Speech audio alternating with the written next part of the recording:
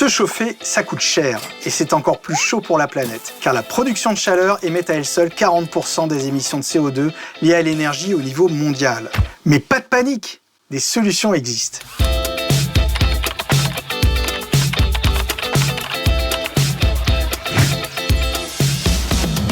Les réseaux de chaleur, vous connaissez? C'est assez simple. Une chaufferie produit de l'énergie sous forme d'eau chaude ou de vapeur. Celle-ci permet de fournir le chauffage collectif et l'eau chaude sanitaire à un bâtiment, un quartier, une ville ou une agglomération entière. Et bonne nouvelle, ces systèmes sont de plus en plus propres. En France par exemple, ils sont aux 2/3 alimentés par des énergies de récupération, comme l'incinération d'ordures ménagères, ou par des énergies renouvelables, telles que le bois ou la chaleur de la terre. Je vous donne un exemple. Depuis 2024, un réseau de chaleur, situé près de Paris, alimente 600 000 m² de logements en chauffage et en climatisation. Il fonctionne avec une centrale géothermique, c'est-à-dire que la chaleur provient de nappes d'eau chaude présentes naturellement dans le sous-sol. Plus on va profond, plus la température augmente. Il y a juste à aller la chercher.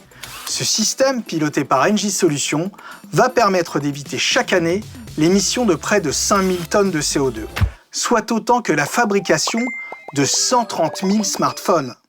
Aujourd'hui, il y a près de 1000 réseaux de chaleur en France et 17 000 en Europe, qui alimentent 67 millions d'habitants.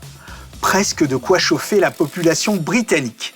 Au Danemark, en Lituanie et en Suède, la moitié des logements sont déjà chauffés par un réseau de chaleur.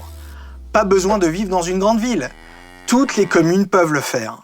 Les réseaux de chaleur verts ont un bel avenir. D'abord parce qu'ils émettent beaucoup moins de carbone. Ensuite, parce qu'ils vous font toujours économiser de l'argent. Cette économie peut atteindre jusqu'à 30% de la facture en fonction de l'énergie initialement utilisée. Fuel, électricité, etc. Alors qu'est-ce qu'on attend pour s'y mettre tous? Eh bien, c'est un peu comme la fibre pour Internet. Il faut des investissements importants, publics ou privés, pour construire un réseau, puis raccorder les bâtiments. Et c'est pourquoi la France et l'Europe ont décidé d'aider plus massivement les villes à s'équiper de réseaux de chaleur. Nous aidons nos clients à obtenir ces subventions et nous pouvons financer les investissements pour leur compte. Je vous aurais bien parlé aussi des réseaux de froid, mais je dois vous quitter. On en reparle bientôt.